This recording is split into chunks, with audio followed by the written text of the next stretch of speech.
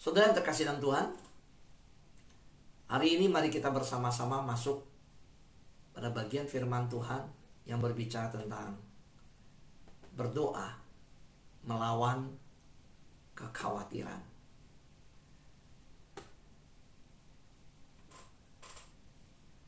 Kita lihat bersama-sama ayat firman Tuhan tentang berdoa melawan kekhawatiran. Filipi pasal 4 ayat 6. Janganlah hendaknya kamu khawatir tentang apapun juga, tetapi nyatakanlah dalam segala hal keinginanmu kepada Allah dalam doa dan permohonan dengan ucapan syukur. Sahabat doa yang terkasih dalam Tuhan, semua saudara-saudari yang saya kasihi, apakah hari ini teman-teman kita, keluarga kita, mengenal hidup kita sebagai seorang yang hidupnya khawatir, atau mereka mengenal kita sebagai seorang pendoa? Apakah orang lain mengenal kita sebagai seorang anak Tuhan yang beriman, atau orang lain mengenal hidup kita sebagai seorang yang penuh dengan kekhawatiran? Apa kata orang tentang kita yang mereka tahu tentang kita? Seandainya di dalam sebuah perkumpulan, kita yang adalah anggota perkumpulan tersebut, kita yang anggota grup tersebut, komunitas tersebut, perhimpunan tersebut, orang akan berkata tentang kita bahwa kita adalah anak Allah yang beriman. Waktu mereka menyebut nama kita, oh si ini belum datang kumpul nih, kita ada kumpul mau makan. Oh ya ini orangnya nih, kita jangan doa dulu nih, mulai doa nih. Dia pasti mau mimpin doa, ini orang beriman. Ini orang yang memberi teladan iman. Atau orang mengenal kita sebagai seorang yang makan pun bercerita tentang kekhawatiran. Saudara, kita dikenal sebagai apa? Nah, hari ini melalui ayat tersebut kita tahu Tuhan ingin kita bahagia. Tapi ingat bahwa hanya orang yang bergaul dengan Tuhan, dia akan semakin bahagia. Kalau kita semakin bergaul dengan orang khawatir, kita mungkin akan semakin khawatir. Semakin kita bergaul dengan orang yang hidupnya penuh ketakutan, kita mungkin akan hidup dalam ketakutan. Dan pasti kalau kita hidup dengan bergaul dengan Tuhan, yang motivasi Tuhan adalah ingin kita bahagia, kita akan bahagia. Kalau kita bergaul dengan orang yang punya motivasi yang dimana motivasinya bukan bahagia, tetapi penuh hal negatif, penuh kekhawatiran, kita akan terdampak kekhawatiran. Karena itu saya percaya semakin saudara bergaul dengan Tuhan, saudara akan semakin bahagia. Yang katakan amin. Yang di YouTube boleh ketikkan kata amin. Yang di Zoom boleh katakan amin. Iya. Semakin saudara bergaul dengan Tuhan, yang adalah sumber bahagia itu, saudara akan semakin bahagia.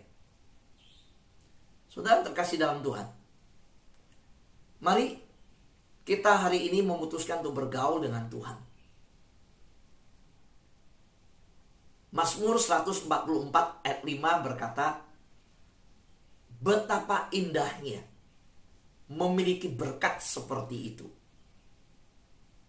Ya, betapa bahagianya orang yang Tuhan selaku Allahnya.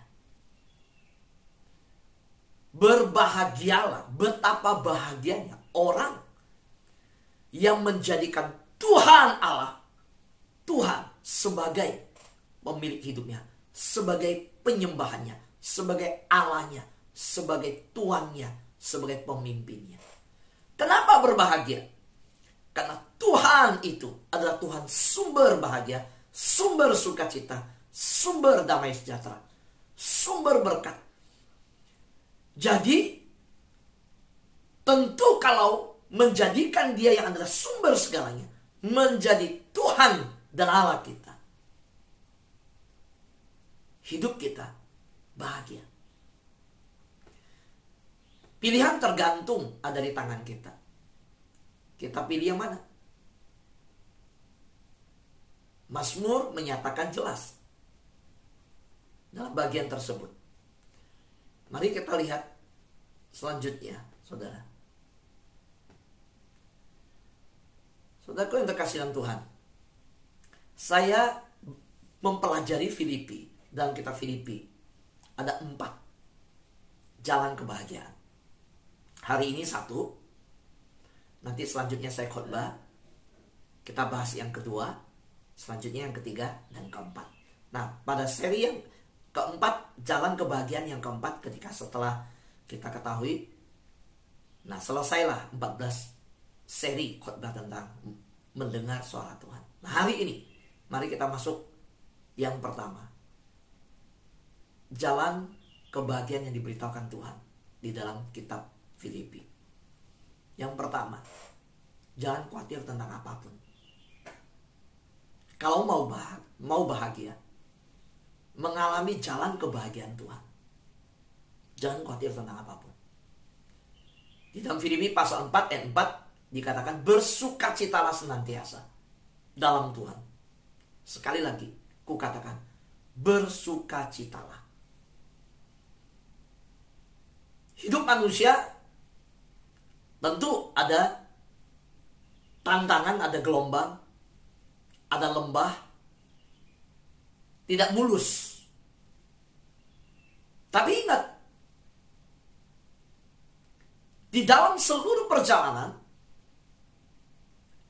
surat yang ditulis Paulus dalam Filipi mengingatkan kita, bersukacitalah senantiasa, selalu. Nah, bagaimana bisa bersukacita ketika perjalanan hidup yang tidak lagi lurus, tapi ada gelombang? Bagaimana bisa bersukacita di saat kita terkena Omikron? Bersukacita itu pilihan. Kita mau bersukacita atau mau mengeluh saat sakit? Kita mau bersukacita atau khawatir pada saat sakit?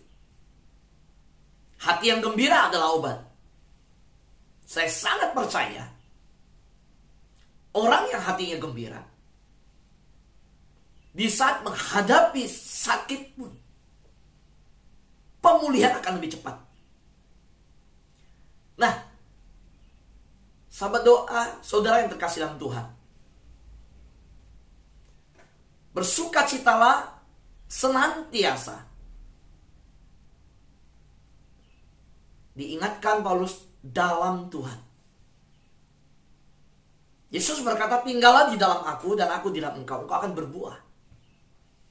Kita berpindah posisi dari dalam keadaan sakit, tetap kita sadar kita di dalam Tuhan, bahwa hadirat Tuhan ada.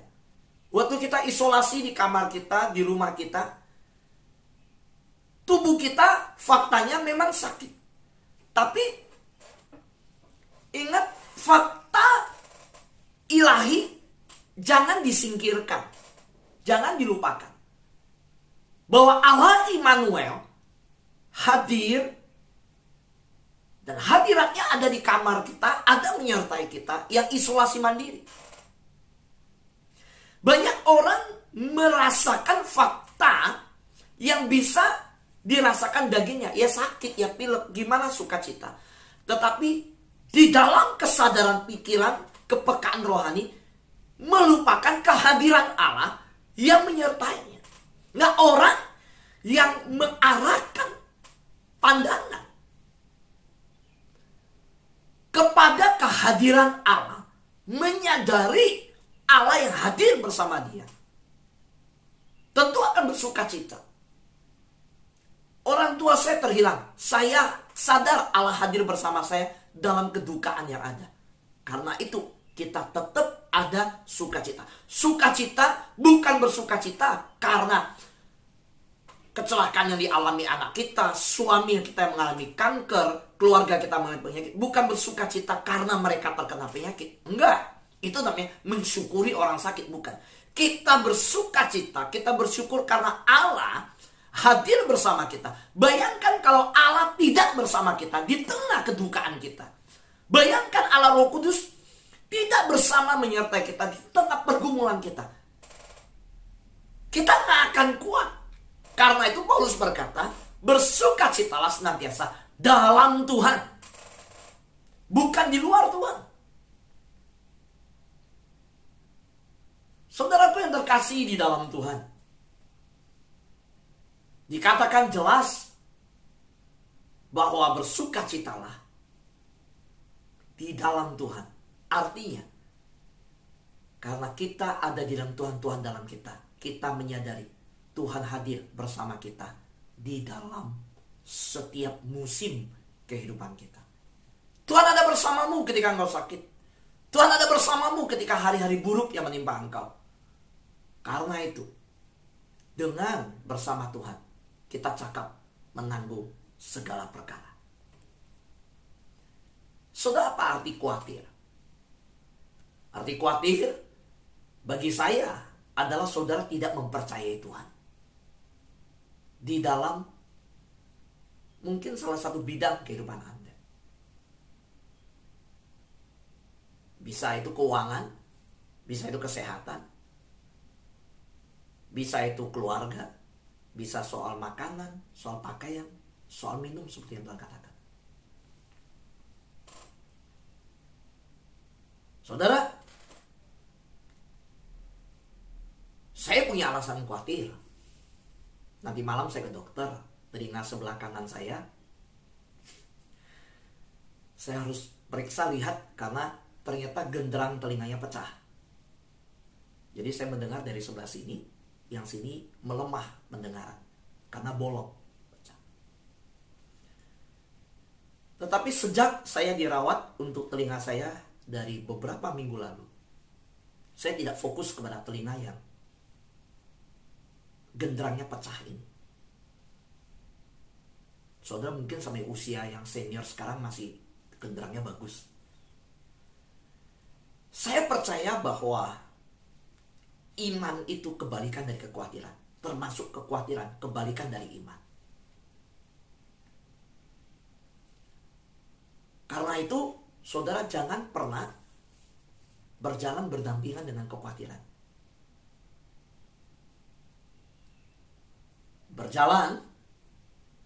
Berjalanlah dalam langkah iman.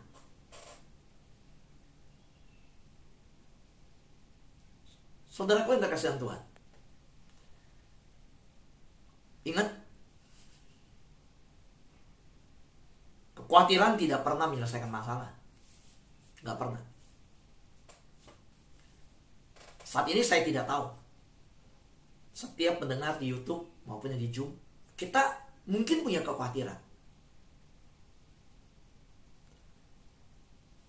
Tapi perhatikan bahwa hidup kita bukan hanya dimensi jasmani, tapi ada dimensi rohani. Kita bukan fokus dan berjalan dalam kesementaraan. Kita harus fokus kepada surga dan kekekalan. Karena itu, kekhawatiran, sekali lagi, saya sudah pernah sampaikan ini. Kekhawatiran tidak bisa mengubah masa lalu. Tidak bisa mengubah masa depan.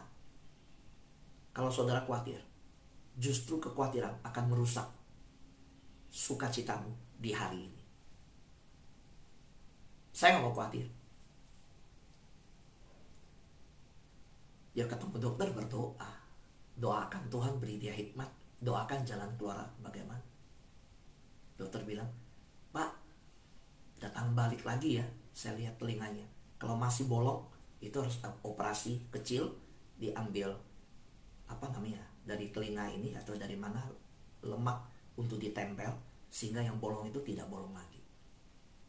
Jalani. Kenapa jalani? Kita kan percaya Tuhan, bahwa Tuhan tahu semua, Tuhan lihat semua, Tuhan kontrol semua. Apapun seizin Tuhan. Nah, pernyataan bahwa seizin Tuhan berarti kita tidak akan melawan kehendak Tuhan.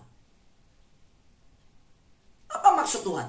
Mungkin kita tidak tahu maksudnya hari ini, tapi kita percaya Tuhan pasti punya rencana di masa depan. Hanya taat jalani pimpinan Tuhan.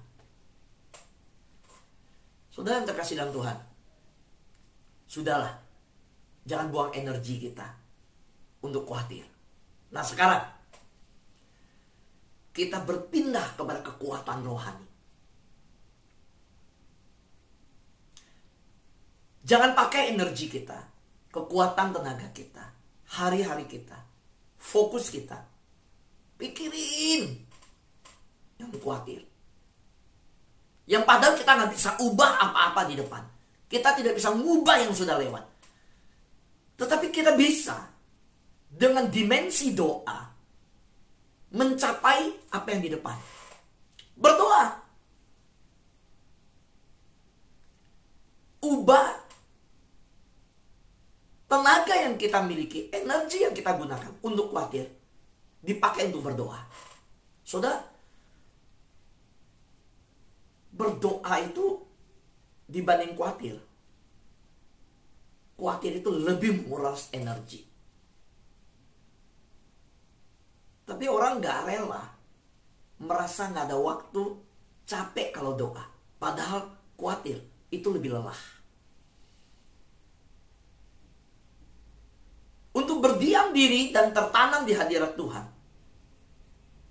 Kalau orang yang bukan manusia rohani, dia merasa lelah, gak ada waktu.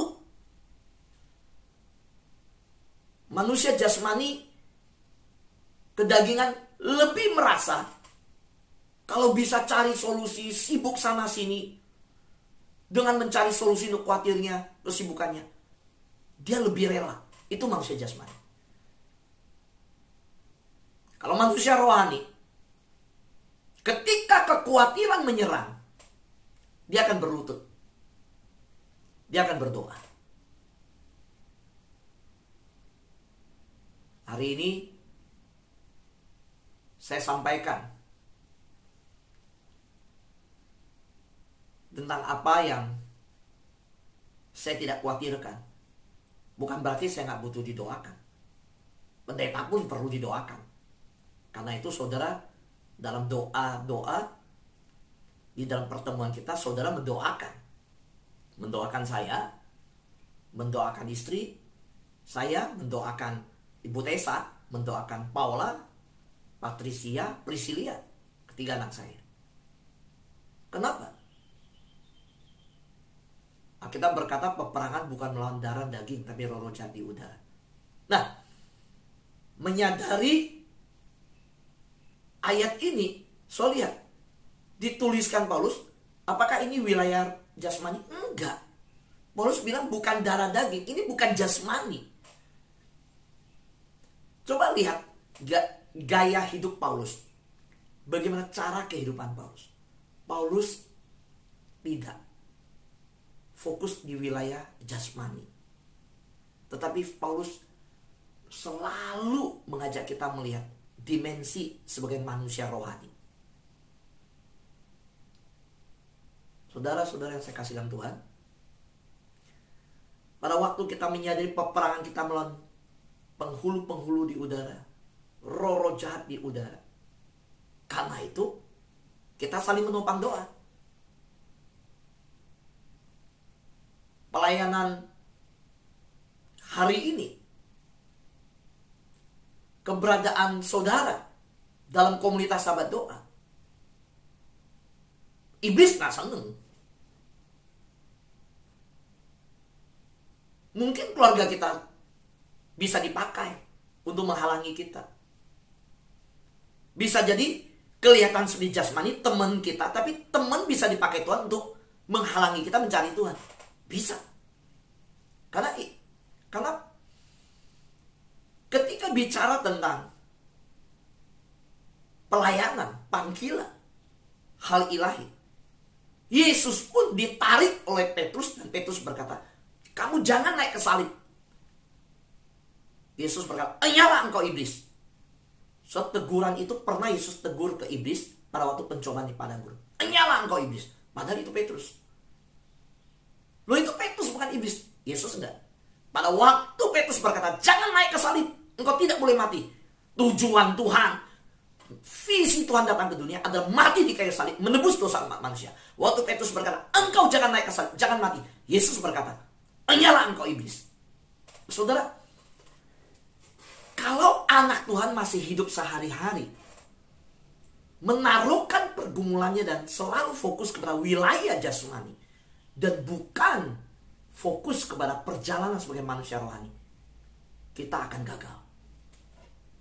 Dan kekhawatiran itu adalah wilayah kedagingan. Tapi melalui kedagingan itu, dia menyerang roh kita. Maka saudara lihat orang yang hidupnya khawatir, dia sulit untuk berdoa. Dan orang yang bisa menguasai diri berdoa, dia akan jauh dari kekhawatiran.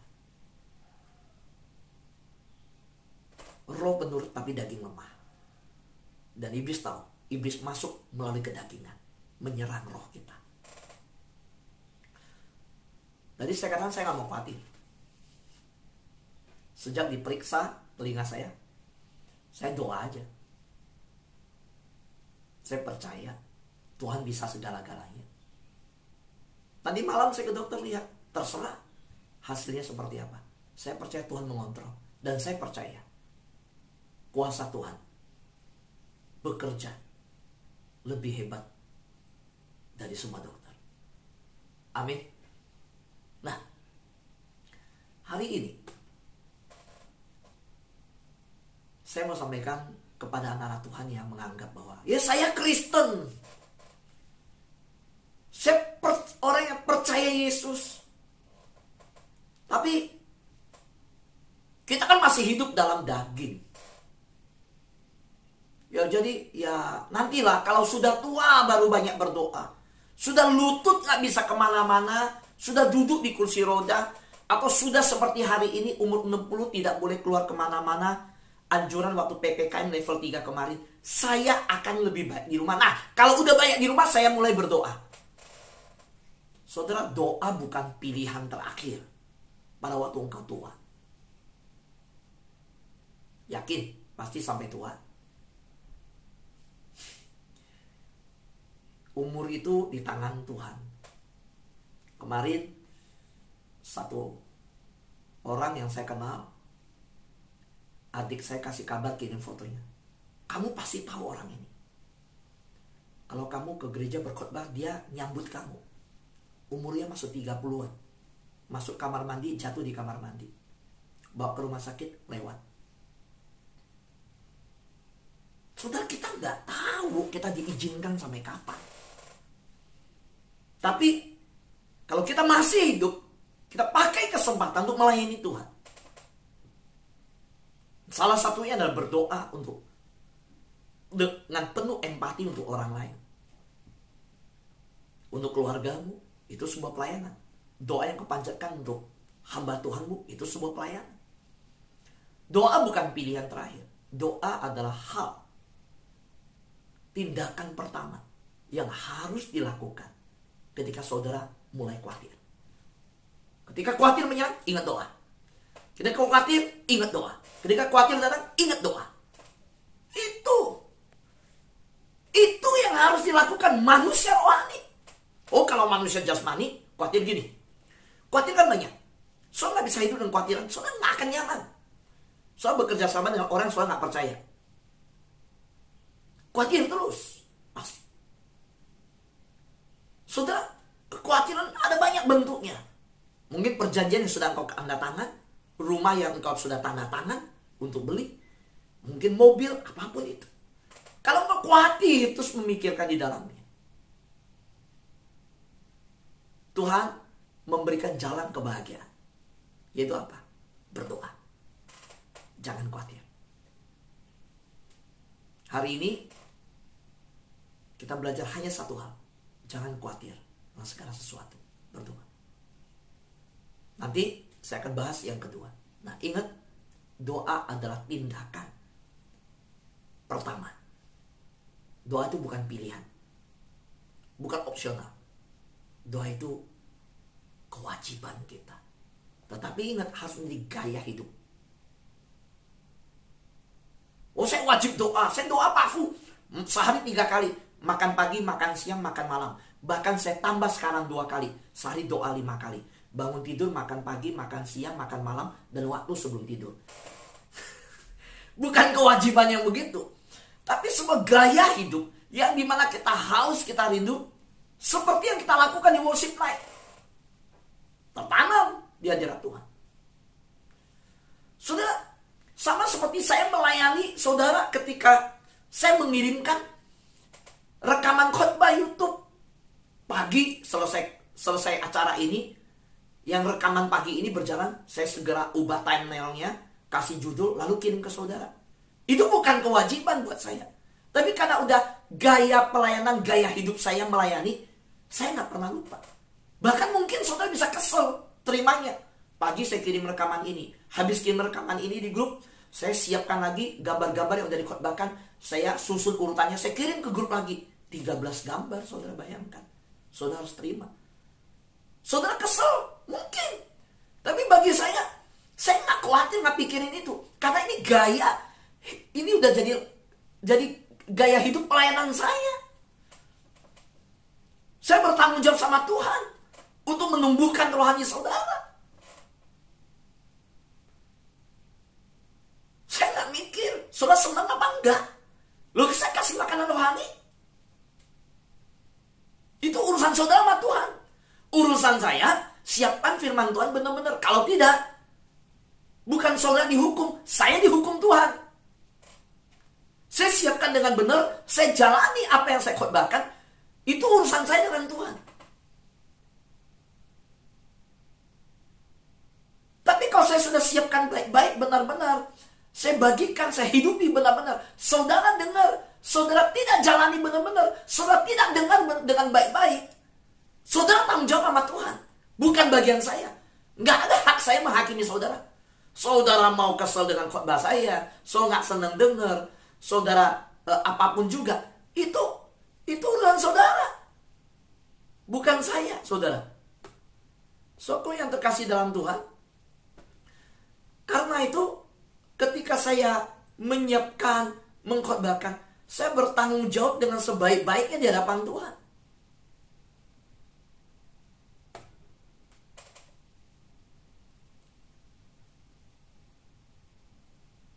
Saudaraku yang terkasih dalam Tuhan,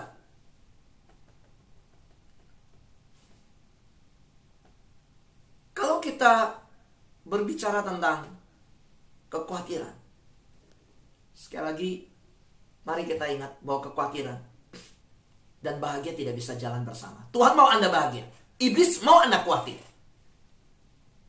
Saudara pilih yang mana? Pilih motivasi iblis, pilih ikut yang iblis mau, atau Tuhan mau. Ingat, Tuhan mau Anda bahagia. Iblis mau Anda khawatir. Karena iblis tahu, ketika orang khawatir, orang gak bisa berjalan dengan bahagia. Ketika kita berjalan dengan khawatir, kita gak bisa berjalan dengan Tuhan. Tuhan mau Anda bahagia. Orang yang bergaul dengan Tuhan, dia bahagia. Anda tidak mau, Tuhan tidak mau saudara khawatir. Pada waktu engkau bergaul dengan Tuhan, berjalan dengan Tuhan, engkau bahagia. Engkau tidak berjalan dengan iblis dan khawatir. Saudara pilih yang mana? Ingat, Yesus sudah katakan, jangan apa khawatir apa yang kau makan, kau minum, kau pakai. Siapa yang bicara? Tuhan. Jadi engkau mau dengar, saudara mau ikut yang mana? Saya nasihatkan cara rohani. Bertindaklah sebagai manusia rohani. Tapi Pak Fu, ini fakta hidup, orang pasti masih bisa khawatir. Saya tahu. Karena itulah maka ini dikhotbahkan, diajarkan. Kita belajar, saya juga belajar.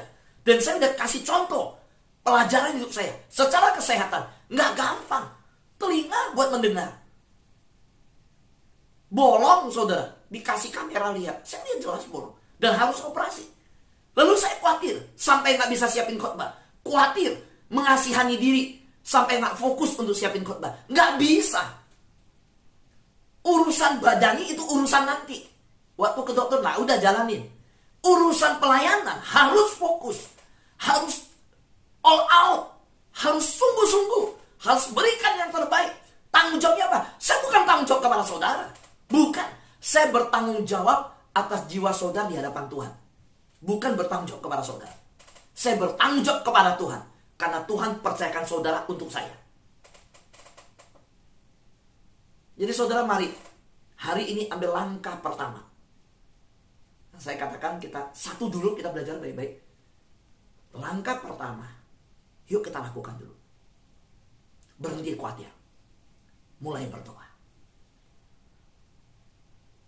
Berhenti khawatir. Mulai berdoa. Mari kita renungkan, di wilayah manakah dalam hidup saudara yang saudara tidak mempercayai Tuhan. Saya nggak tahu wilayah mana, saudara yang paling tahu. Kesehatan, keuangan, keluarga, pekerjaan, karir, apapun itu. Mari kita datang berdoa kepada Tuhan. Amin. Tuhan berkati kita semua.